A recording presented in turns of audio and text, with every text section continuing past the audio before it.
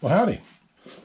What you're looking at here is what is commonly called a 35 Smith and Wesson, as versus a model 35 Smith and Wesson, which is actually a revolver. This is not, as you can tell, a revolver. Let me see. I need a screwdriver, small enough one. There, that'll do. You'll see why in a minute. This was developed in about 1913. See, about that time, at the beginning of the last century, a lot of people had put a lot of time and effort into making various semi-automatic pocket pistols. Started out with John Moses Browning's 1900 design, and then which was in the cartridge he developed for it, which was called the 32 Auto or 32 ACP. Well, then he came up with, one second, this one. That is a model 1903 hammerless, it's called. Even though there is a hammer, it's inside. Well, Smith and Wesson, Savage, by the way, at this point had tried and failed to get an Army contract with 45, but they had the tooling, so they started making the 1907 Savage and later the 1917. And in between, Smith and Wesson was looking around and saying, hey, you know, we need to get in on this bandwagon since a lot of these are being sold in the civilian market and even some European police agencies are using them. So what are you going to do about that? So they came up with this design, and this is called the 35 Smith and Wesson. Well, the marketing hype on this thing was different than other 32s. Instead of using a regular 32 ACP jacketed bullet, what they did is they used a semi-jacketed bullet, which was copper jacketed up about halfway, and the top was completely lead, sort of like a soft point. And it was called the 35 Smith & Wesson. And according to the marketing dweebs, it was much more powerful and a new and improved version of the 32 Auto. And some people bought the hype, but very few bought the hype. And once it was discovered that these things just shot regular 32 ACP as well, which was a lot cheaper, well, more people bought that. Somewhere between 8,000 and 9,000 of these were made in total. But this one came out in 1913. This is the first model. Now, here's the problems with it. First of all, this slide cannot be retracted. The spring is just too hard for that. So what they did is they included this thing, which is a cross bolt disengager. So you push that in, and as you push it in, you can relieve or open the slide, which you have to do to chamber around. There.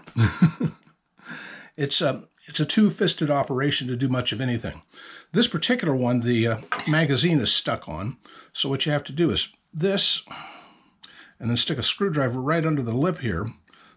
You know, as the bad guy is saying, so you're gonna have to tell him, now you just hold on there a second while I get this magazine out so I can really reload it and then shoot you. This is the only magazine I've got for this one. Anyway, field strip on this. Well, first of all, let me tell you some of the features. That is the safety. you roll it to safe or roll it to fire.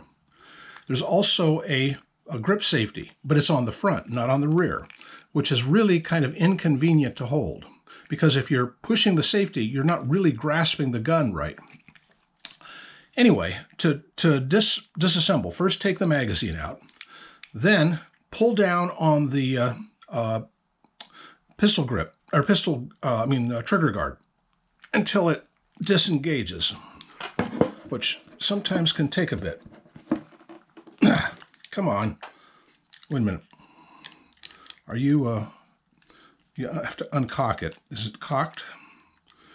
No, it's not. Wait a minute. Let me see. I might have I don't know if this has a magazine safety or not. Nope. So that wasn't it. I don't have any fingernails. That's a real problem with this. I guess it's a lady's gun. Anyway, come on, just a second. There. That's the first thing you do. Then push it on this and lift. And lift. Dang, it just isn't working. It's just not playing today. There.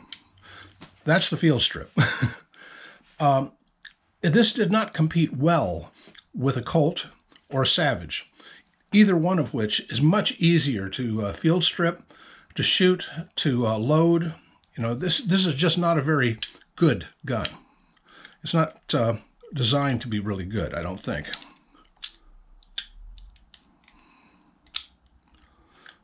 Oh, come on.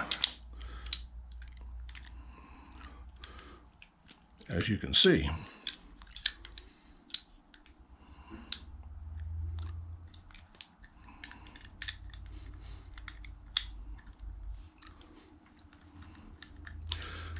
Oh, come on.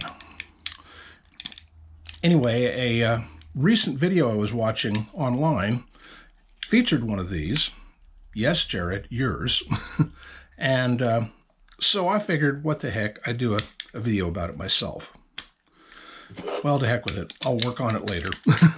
Anyway, that's the Smith and Wesson Model 35, or 35 Smith and Wesson. I'll have to put it back together later on my own. This one's kind of hard to take apart too, but that's another story.